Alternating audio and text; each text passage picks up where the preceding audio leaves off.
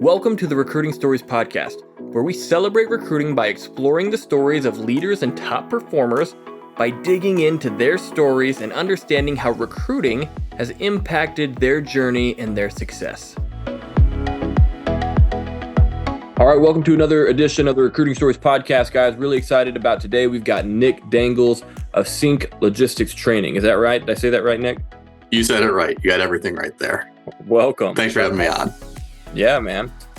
Nick and I met candidly at the TIA conference recently, so it was great to meet him in person and learn a little bit about what he's doing. We have what I would say very parallel, kind of businesses. We're obviously Cover 3 is recruiting for transportation companies across the country, and Nick's training them.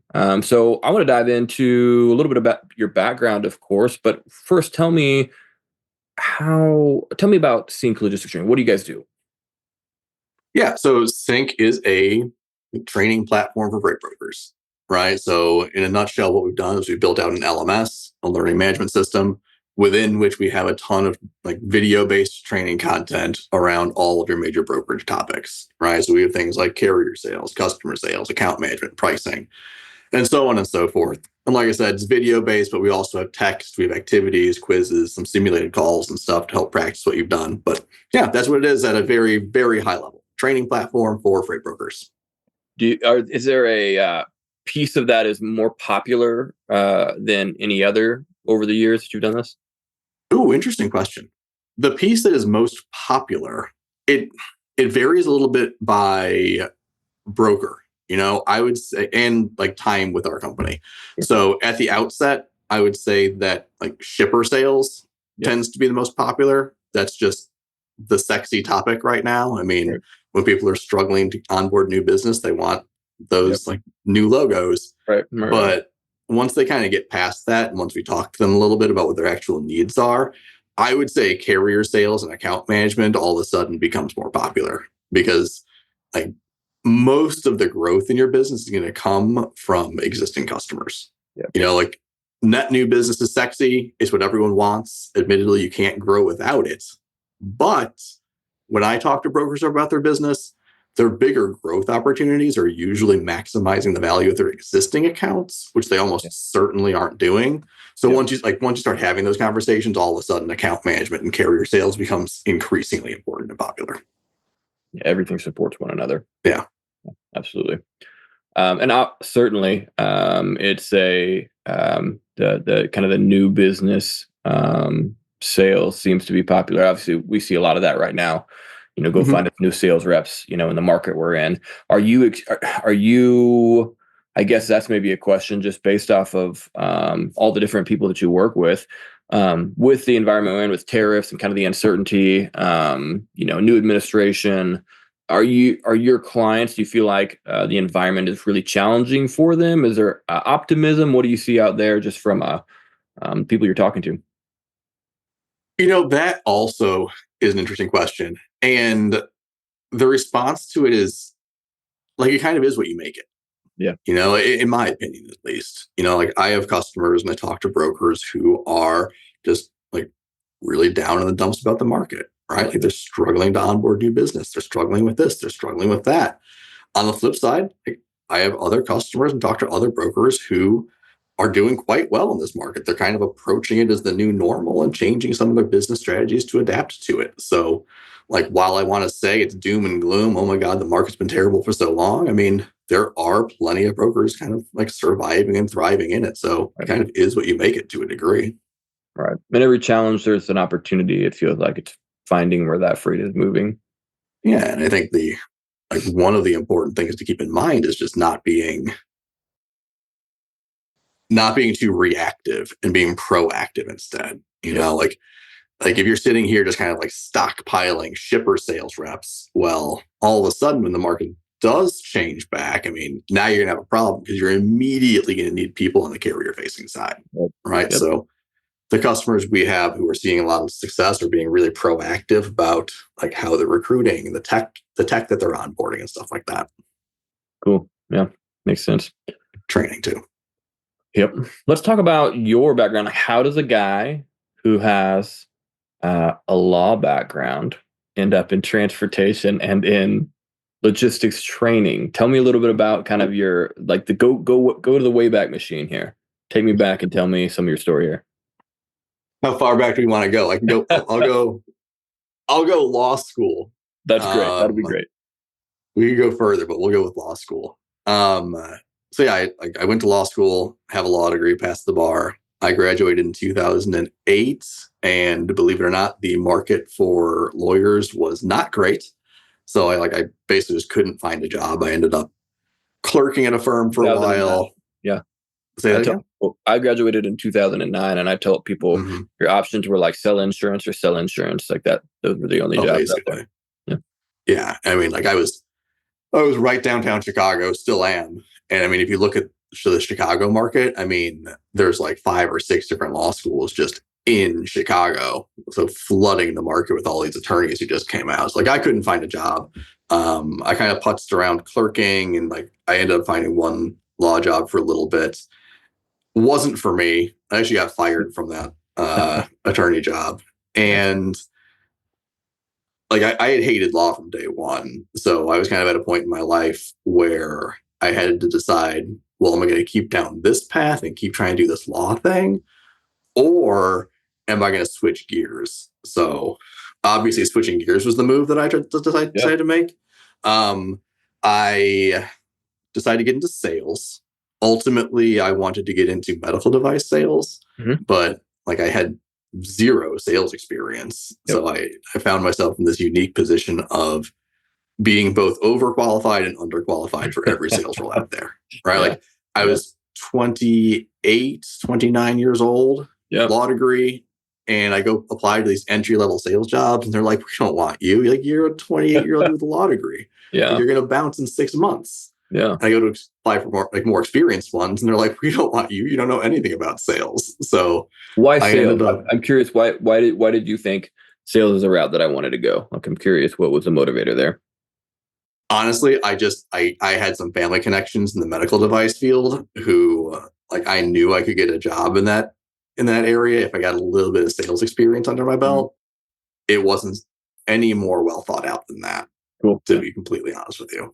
But yeah, I ended rarely is it well thought out when we're younger. It's kind of like, that sounds good. I mean, if you want to hear not well thought out, I'll tell you the why I went to law school story, but we can circle back to that. Yeah. But I ended up selling office supplies door to door for like 6 to 8 months. I sold office supplies for Quill door to door. It was miserable. I learned a ton though.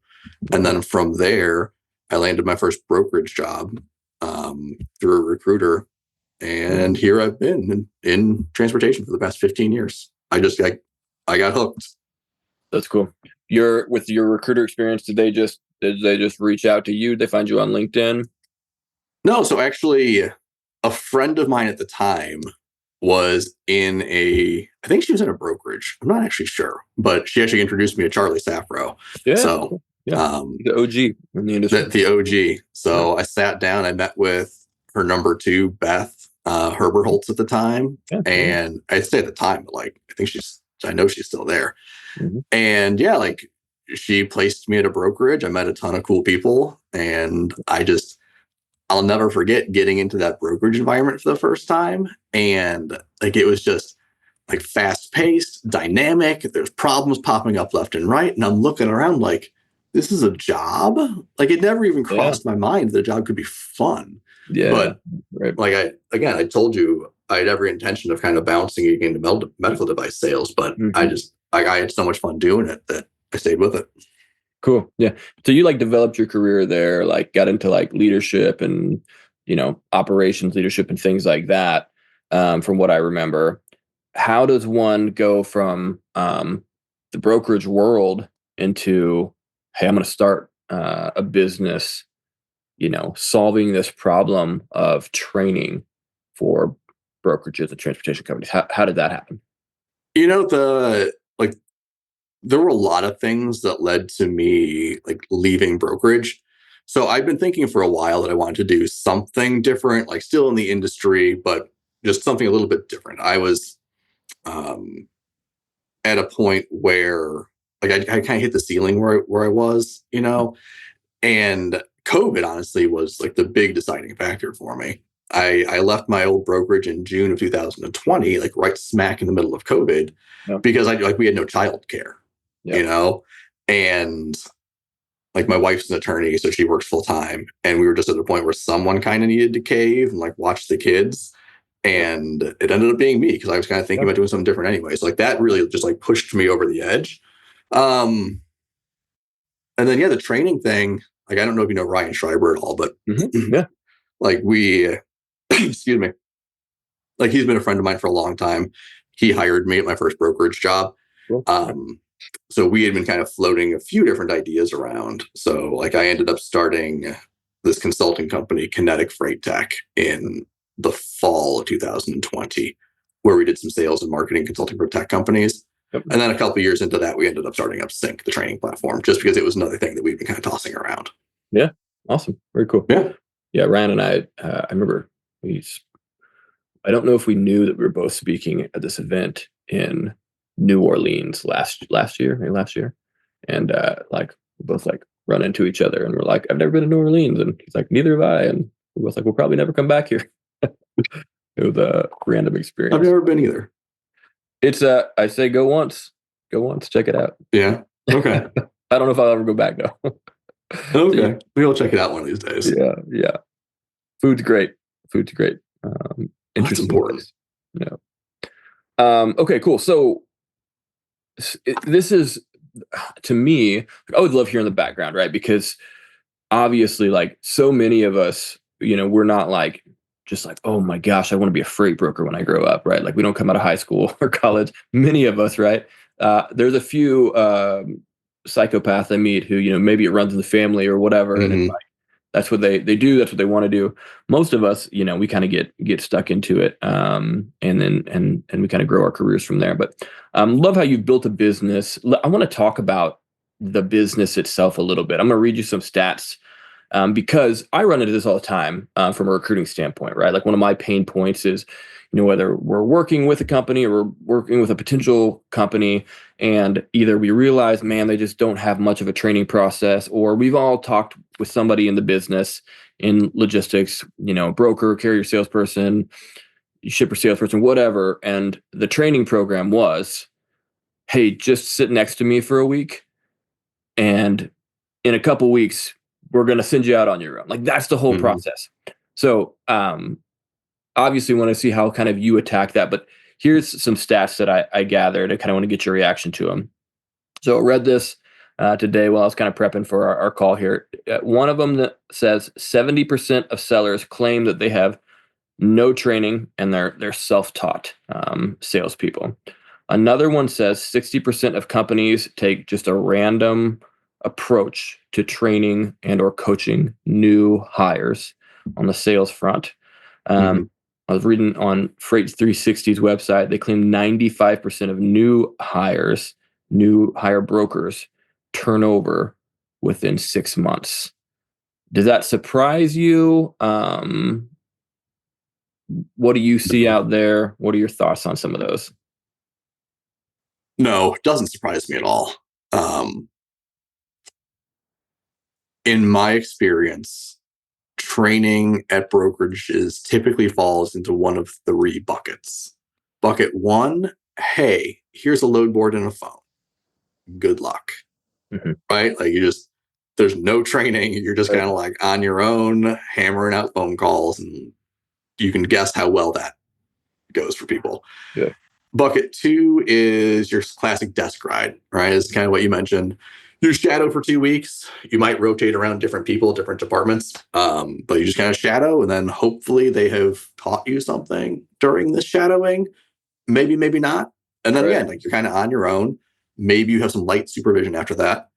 And then bucket three, what's bucket three? Oh, bucket three is like your crash course in brokerage. You have a little bit of like actual training, but it lasts maybe a week. Right. And they cover everything you could possibly need to know to broker freight. Right. Like fire hose example. Yeah. Like that's exactly how they describe it.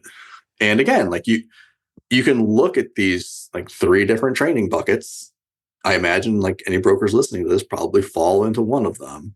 And like you can sit here and you can pick all of them apart because they all have major flaws and they contribute to that turnover rate that you just talked about. Because believe it or not, people don't find success if they've just been shadowing for 2 weeks and now they got to kind of figure it out. Absolutely. So, let's say I'll give you an example, and I did not prepare you for this, so I'm sorry. Like, let's say it's a Keep me on my toes. 100-person brokerage, right? They're we know in my world, the kind of classic target's been like $1 million per head for a brokerage. So let's just say they're 100 to 200 million in annual revenue. They've grown to this point because they've got a really solid executive team who has been really great at selling, and they've got one person specifically who's kind of done most of the training up until this point. Let's say that person leaves. Uh-huh. But suddenly they're at this point where their VP of sales has left, and they're like, and I run into this fairly often, right? Where they're like, we need somebody who could come in and like take the reins. What's the answer for them in that situation? Is it okay? We need to jump on and we need to have a formalized training program that we need to restart. Do we figure out where they're at, based off of where they've been? Like, what does someone do in that situation when they're like, hey, we lost the head to the person who's done most of the training, and it's been that, hey, sit by me and learn. But now we've got to grow and try to get this thing to the next level, but we've got nobody who knows what the process has been. This is a huge problem that all brokers face. There's no good answer, and this is honestly a big reason why we created Sync. Like all of your options at this point are kind of bad. You can. Well, I'll tell you what I see people do. Like you can hire a trainer, right? That's not like, I'm not saying that's a bad solution at all. Like objectively, good idea. Hire a trainer, but you got to pay that person an entire salary. And the problem you run into is it's a non-revenue generating role, right? Not directly revenue generating. So particularly in a down market, you look at this option, you're like, I'm not doing that. Like you're the first person I'm going to cut, right? So like a lot of times you see that option, you're like, I'm not hiring a trainer. Like there's no way. Even if you do, there's some inherent problems there if they come from brokerage or don't come from brokerage regardless, but we'll talk about that later. The other option is you kind of put training on someone else, right? You find an account manager, or you find a sales rep, or you find like an assortment of people that are just willing to be shadowed. And the problem there, I mean, there are tons of problems there, but mostly like one, they they don't have time for it, right? Like they have a full-time job, but you're just kind of putting training on them as well. They aren't being paid for it directly. Like I'm almost certain you're not giving them a bonus for also training people. And three, they don't want to do it. Like you just put training on them because you needed to put it somewhere. And I guarantee it's getting deprioritized if done at all, like whenever problems pop up. So like you're stuck there between like a few really like not great options, which kind of a sales pitch here, but that's why we created Sync. You got to have some option that can like lessen the problems for the other two that you're facing. Yeah, totally. So let's talk about that then. So when I think of, a solution like yours, how does it work best? So, obviously training is like an ongoing thing for any organization. If you're growing, if you're not growing, you're dying as a brokerage. Like you've got to have people who are consistently being trained, brought on board. In my experience, it's a combination of, you do hire experienced people who fit your culture, and know kind of, they can come in and they don't require a ton. It's more, here are our tools and our modes of transportation, or our platform, our software, etc. But then you also have brand new people who don't know what a step deck is, or a Conestoga, or a dry van reef. They don't know anything, right? So it's like you have to get them up to speed as well. So how does your solution kind of fit into that best? Like, what's the best case scenario for Sync to come in and solve that problem? I'm glad you asked this question because it's something that we, I wouldn't want to say we struggled with it, but like we had some challenges in figuring out what the best use case was for us. What we found is that as part of our onboarding process, we have to really go through and work with our customers to figure out what the structure of their training is going to be. Like I don't care what it is. Well, that's a lie. I kind of do care. Some people just do it wrong, but to some, like largely, I don't care what it is, right? But there has to be some sort of structure. If you give people training and just say, here you go, do this when you get a chance. There is not one employee in the history of employee training who has done training just for kicks. Like maybe you've got that one outlier who will do it, but by and large, people are going to look at the training and be like, I'm not doing this, man. Yeah. Right. So as part of our onboarding process, what we found success with is working with our customers to build out like, okay, what does the first day look like? The first week, 2 weeks, couple of months, right? Like you can get very granular. We have some customers who break it down like by hour where you can see, okay, like at 9 o'clock, we're doing a company meeting. At like 10 o'clock, you're going through this like sync training content. At noon, you're going through like a live shadowing session that's going to reinforce what was in that training. Perfect scenario. Like that's what sync looks like. In reality, we have people kind of breaking it down weekly and monthly and stuff like that. But yeah, adding structure to it is really the most important part. So you know what you're going to be learning every day, every month, what have you. Absolutely. Yeah, I mean, and I would assume like, having somebody as a part of that process is keeping people accountable, whoever's helping implement that, to say, hey, and I saw, having seen a little bit of what you guys do, there's like the quizzes and there's, the follow up and, conversations that do hold you accountable to say, hey, have you actually gone through this? And I know for me, I'm the type of person where like, I want to get something done as quickly as possible. That's my personality type. Most people who are sales and or recruiting, like you want to move quickly, but if you're not retaining anything, like doesn't matter what you read, like you actually have to take this and implement this at the same time. And I assume, that accountability is probably extremely important for them as well. Oh yeah. Like you mentioned, we have the quizzes and the knowledge checks. And like another important thing that we find really useful is we have these simulated calls that you can go through. So I'll use an example. You can go through our content on how to sell a load, right? Well, that's great. Like, how to sell a load from like watching videos and reading about how to sell a load. I think everyone knows that once you actually get on a phone with a driver or a dispatcher, all of a sudden you're like, oh my God, what was all that stuff that I learned? So we've incorporated these simulations where you can go in, you can practice these phone calls in like just a scripted manner. So you just get accustomed to how they flow. That way you're just a little bit more prepared. You've kind of gotten in those reps before just fumbling your way through the live calls. That's cool. Yeah. It's all the rage right now. Everybody's talking about AI. I know at TIA, there's a lot of AI solutions. How do you see that integrating, into brokerages and or training for people, AI assistants, where do you see, I guess, from your standpoint, where do you see that being helpful within a brokerage and then maybe being more of a distraction? Ooh, great question about AI. So I guess I'll talk about it in a training context and I'll talk about it in a general brokerage context. Sure. So for training, like I kind of alluded to this already, like the simulations that we've got, like are a version of AI. Like I'm not a tech guy. I'm not going to go into like the AI details, but I think it's super interesting being able to have these conversations with AI bots to kind of practice those things. So that's the training application. I think that's incredibly useful for people to get those reps in.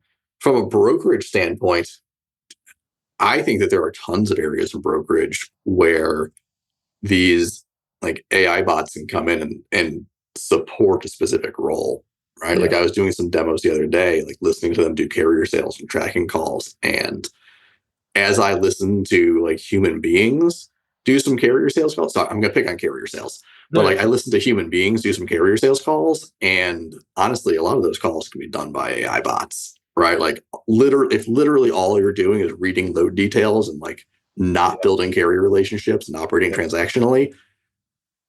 Dude, your job should have been replaced by an AI bot yesterday. Right. Like On the flip side, there are plenty of carrier reps out there who are high performers and are very, very good at their job and building strategic carrier relationships. That clearly is a different ballgame. Right. Absolutely. Yeah. And I mean, there's long term, like you said, relationships and contractual situations and, strategic freight that just, obviously it's like those things are not going to be replaced tomorrow. But with the technology that I've seen anyways, it's like obviously there are solutions that are coming that will impact both jobs and the efficiency of brokerages. And so the common theme, and people have probably heard it before, is not about like, is it coming, but how do we embrace it to empower the people we have to be better at what they do, right? Yeah. I mean, what's going to happen is like the high performing reps out there who are able to figure it out are just going to become so much more effective. It's going to be crazy. Yeah. Yep. Like the people who don't embrace it, the people who aren't willing to jump on board, well, it's going to be problematic for them. Agreed. And that's where I think, again, and I don't want to maybe make too many predictions, but I do think the companies that can do some, R&D on this and do it at scale, I think will be the ones that are going to massively outperform those that don't over the next, couple of decades here, to where maybe they've got the extra cash on hand to say, hey, let's really try these things out, see how we can implement this. And I could see that being the separator between the really small businesses and or even agents, freight agents, and the big transportation companies, is because the bigger ones, if they do it well, do it right, they will be so much more efficient, and they will have so much more revenue per head because of the tools and technology and automation and everything that they will use. Again, I'm not a technology guy either, but some of it's just kind of reading the tea leaves here based off of what's out there. And I mean, when I look at the cost, because you mentioned like having the money to throw at it or something to that effect. Right. When I look at the cost versus the benefit, I mean, particularly for things like tracking or like document retrieval and back office stuff, it seems like a no-brainer to me. I mean, if you can not have a human being just like mindlessly dialing for paperwork, I mean, the cost is almost nominal when you consider how much it cancels out. 100%. 100%.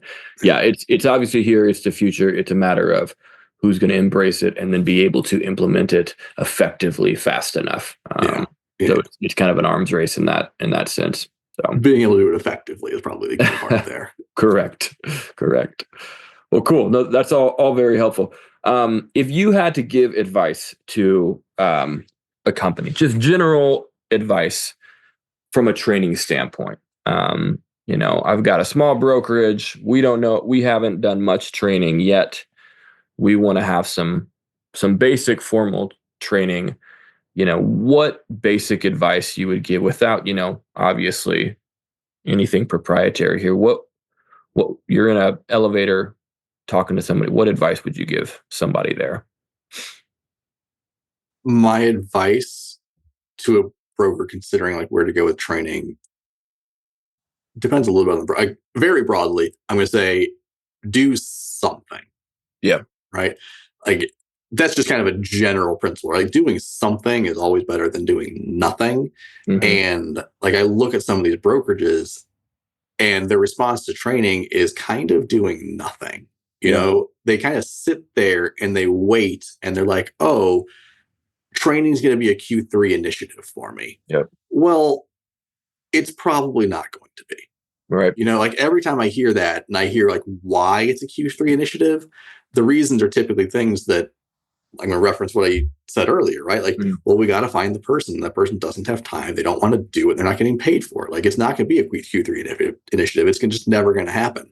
So my advice would be do something and do something soon, because your people do need training. And if we really look at like your numbers and things that are happening on the floor, I would be willing to bet that some of the problems that you encounter are because of lack of training. Right. Yeah.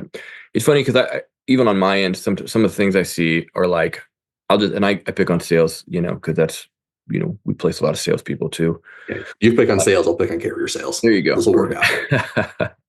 We'll go coming up from both sides, but it's oftentimes I'll talk to an owner or president, executive, and they're like, well, like either they can do it or they can't, and that's the mentality that people have is like, well, like we don't want to invest in too much training because either they can do it or they can't, which to me like couldn't be further from the truth. It's one of those things where I'm like I was a college football player. I didn't walk onto the field whenever I started fourth, fifth grade. Like I didn't know the rules of the game. Like I Mhm. didn't know um what the positions were called. I didn't know how many points you scored, if you scored a touch. Like I did none of that stuff.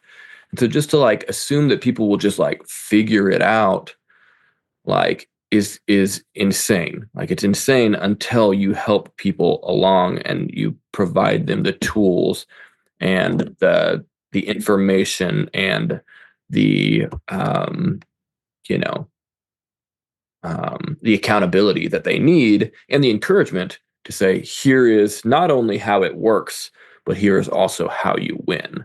And it's Yeah. amazing how few people are getting that. Yeah. And I mean, like, I won't dispute that some people will figure it out. Sure. And some people, what was I say? Oh, some people will figure it out. And there are some probably innate skills that people have that are like more difficult, if not impossible to train. Like, I don't know if you can teach hustle, right? Like Right. that's, Sure. I don't think anyone has an answer to that question. Right. But if you look at the bulk of the people out there that you have in sales roles and you think about how training could impact them, think about like how much more for those people who you think that are like just naturally going to be like good fit for it. Think about what training could do in terms of how much more quickly people can ramp up and like what does like figuring it out mean? Like how Yep. productive, how much more productive could they be? You know, Yep. if you're looking at someone who's doing, I'm going to make up numbers here, like Sure. $10,000 a month in gross profit, right? Say they attain that after 6 months. What would happen if you could train them effectively and have them ramp up more quickly so they're doing $10,000 after 4 months, Hmm. right? What Yep. would happen if instead of $10,000 per month in gross profit, you could get them making $15,000 a month in gross profit? Like Yep. that's what training does. You Yep. know, it's those kind of incremental changes that add up hugely over time. Totally. Quick kind of story on that for me that made sense for me. I remember I was in a sales role earlier in my career, and while I had some like, let's just say I had the drive, determination, maybe some social skills, whatever. I remember I for some reason just like wasn't closing at the level that I should have been closing, and I was frustrated about it. Talked to my manager, and he had a really good manager. He's like, I'm going to listen in on a few of your calls tonight. We're going to like go through these together." He listens, Mm-hmm. and he was like, basically, it was amazing. It blew my mind that he could listen and then help me. And this is to me the power of training. Was he goes, okay, when you get to this point of the call, basically when you have to close, I want you to say this line. And he gave me a line that was basically just like a confident, assumptive close. And I was like, I just don't feel like that's my style. And he goes, I don't care. I want you to do it. Just try it for the next 10 calls. And Mm-hmm. I closed like 9 out of 10 of those next. And I was like, what magic formula did you just give me? But it Yeah. also gave me the confidence. And it was like, to me, like that was my light bulb moment of like, not that I hadn't seen training be effective in the past, but like the coaching and training was so real in that moment of like, man, I need to constantly be like honing my craft and letting other people help me get to where, because I thought I was fine. Like I thought I was doing fine, but something was off. He nailed it and, changed the way that I was able to sell from there on out. So, Oh yeah, definitely. Like I am by no means an amazing salesperson. Like that's I don't know why I decided to get into sales. Like I just happen to have gotten into this, but like I'm not like a naturally great salesperson. But it's funny, even like reading books and stuff like that, and like listening to people talk, like you pick up on these little things where you can kind of make like small iterations to what you're doing or huge changes to what you're doing. Like I've read some books that have just completely opened my mind to like things that I've been doing wrong in terms of sales where I'm like, oh shit, like I've been doing this wrong for the past 10 years, Right. So like it's a continuous process. I mean, people who've been doing it their entire career can still learn stuff. 100%. Yeah. So much of it is about trust and relationships. So it's good. Yeah. Okay. I want to be cognizant of time. I know we got to wrap up here soon, but typically I try to close, man. This has been great. Love the conversation. For you, kind of looking back on your journey, like if you had to look back at your 20-year-old self talking about getting into sales, this whole process, what advice would you give your 20-year-old self if you had to look back? Advice from my 20-year-old self. This is going to be weird. My advice to myself at 20 years old would be that it's okay to quit at things sometimes.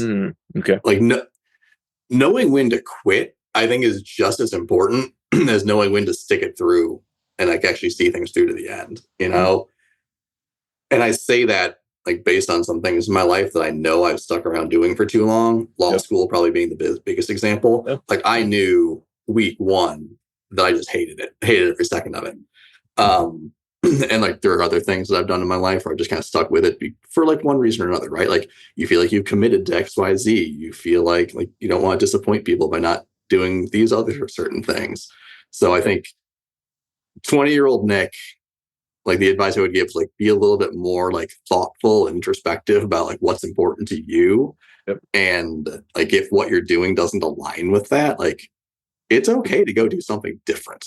Yep. As a recruiter, I approve that message. Okay. Like it's sort of an unconventional message. I don't know if I'm phrasing it the way I should, but no, it's good. Very similar. Like I think I tell people all the time, we live in a different world than we did, 100 years ago, where it's like, man, you have to, like your options were so limited and you had to be like, hey, if you get a good opportunity, that might be the only opportunity to work in the factory or to go to law school or to whatever job. It's different than it was 100 years ago. So like I don't want to say there's unending opportunities, but there are a lot of opportunities in the world we live in today. And so for your own like understanding and happiness, and a part of like quitting is learning, right? And so for me, one of those was finance, and I was a financial advisor for a few years. And I was the same way. I was like, man, I thought that I was interested in it. And like personally, I like to do the investing side of things and all of that. For me, that's fun. I hated all of it from my career standpoint. I was like, I knew within the first 6 months, I was like, this is not me. But I tried to stick it out and all that stuff. And I wish I would have quit sooner than I did. Yeah. But it's good. It's healthy to say, hey, let's cut bait. Let's go find something that does fill me up. Yeah. I mean, it comes up in so many different ways. Like, even if you're like, I talk to folks who are like, they're making good money at whatever brokerage role that they're at. Yeah. But at the same time, like, they've completely like plateaued professionally. Yeah. Right. Like, they've got whatever their title is, and like they're 20 some years old making really good money, but they run into this problem of like, what am I really learning? Like, what am I gaining professionally right now that's going to benefit me when I'm trying to look for a new job when I'm 45 years old, right? Or am I still going to be doing this exact same thing? And again, like, it's okay to like look around, explore your options, and stop doing whatever you're doing. Yeah, go grow. I think that's good. Unconventional message, maybe, but yeah, that's good. What about books? Was there a book anywhere along the path for you that you're like, man, I would recommend this. You got to go read this one. It was a game changer for me. Oh, dude, I like to read, as you may have picked up on. Books. So I'm reading one right now, rereading it actually. It's called Gap Selling. Yeah. I really like this one. It didn't really hit with me when I was in brokerage. I think some of these sales books are interesting because they're not necessarily geared towards selling a commodity, which a lot of brokerage sales is. I mean, if you're sitting here kind of pitching, like, we can close this gap between like a current state and the desired future state, and you're trying to sell it to a scrap paper customer, like, dude, they don't care. I'm just the bad news if you're trying to pitch that, but like, they care about price. You're selling a commodity. You got to like understand how to qualify those prospects and know who to chase. Like, that's been a good one. What else do I have over here? Never Split the Difference has been a good one. That's Chris Voss, right? Yeah, that's another really good one. Yeah. What was the question? Just books that have had an impact on me, or like books that were sales? impactful to you on your journey to where you are. That's all. Yeah. Oh, I'll go weird and I'll say The Hobbit. Okay. Well, why? Yeah. So I think these like the sales and business books are really important to read, but at the same time, it's also really important just to read in general. Like writing is one of the most undervalued skills in sales, business, what have you, right? Being able to communicate your thoughts in an intelligent way to another human being is just so important. And I think like that's just one of the first books I remember reading in like 4th grade or something like that. And like it impacted just like my interest level in reading throughout my life. And I like to think that I can write at least reasonably well. A lot of that's as a result of reading so much. And I just think that writing and communication is hugely important, and reading is a big part of that. That's cool. It makes me think of, and we'll put all these in the show notes, but there's one that was impactful for me, like young adult as I was like becoming a teenager and all that. It was Hatchet by Gary Paulson. Kid like gets lost in the wilderness, and he's like at this hatchet. He's got to survive until somebody finds him. And that was kind of a similar one for me, where I was like, man, like something about it resonated with me, but it like, I don't know, struck a chord for me about both the way that I wrote, the way that I like, read books, and I think that's great. I think that's awesome. Like I think language is just super interesting to me. I think it's the closest thing to magic you're ever going to find. I've got these thoughts and ideas in my head, and somehow I can transfer them to yours through a series of noises or scratches on paper. Is that not the coolest thing? That's why I tell people, sometimes people stop me and be like, oh, I really, really like your content, on LinkedIn or whatever. And I'm like, I don't consider myself a content creator at all, but I do like the process of writing. And for me, it's a billboard. I'm like, it's just my billboard. Like you drive past it enough, you'll know that I'm a transportation recruiting expert, and I want people to know that. But that's my opportunity to go present those scratches on paper to say, hey, let me tell you why I'm an expert here, how I can help you, or what my experience has been. I'll share a story. I will never forget this happening. I was in brokerage, and I was just like sending follow-up emails to customers or something, right? And prospects. I actually had a prospect call me up and say something like, listen, hey, I read your follow-up email. Who are you? Like I get all of these emails that are just like these broken sentences of like just nonsense, but yours actually is articulate and made sense. Who are you? I'm like, oh, let me tell you who I am. That's how you differentiated yourself. Writing well is a huge differentiator. In transportation, I'm going to tell you right now, 100%. If you can write well, if you can communicate well, and I think that's the future too, whether AI or not, you can sound like a person that is relatable and can connect with another person, you are going to be the person that wins. I've seen it time and time again, whether you're sales or carrier sales or operations, be a human. You're gonna win long term. Absolutely. Cool. Nick, man, thanks so much for being on. I want to let you go here because I know we both got things to run to, but if someone wants to get in contact with you, they want to talk about training or just ask you a question, where should they go? Yeah, so feel free to reach out to me on LinkedIn. Like I'm fairly active there. I check my messages. Or you can also shoot me an email. My email is nick@synclogisticstraining.com. And thanks a ton for having me on. I got a hard stop at 10, unfortunately, so I do have to jump. But I had fun. I really appreciated this. Cool. Thanks again, Nick. We'll see you, man. All right. Thanks, Adrian. Bye. Thanks for listening to the Recruiting Stories podcast. If you haven't yet, subscribe wherever you listen to podcasts. Check us out on LinkedIn, Adrian Chapman, and Cover 3 Consulting is our company page. Also check out our website, www.cov3consulting.com. Again, thanks for joining us, and we just simply want to remind you that you can change the world by putting people in a position where they can do the most good, and you do that by recruiting. Thanks again for joining us. We'll see you next time.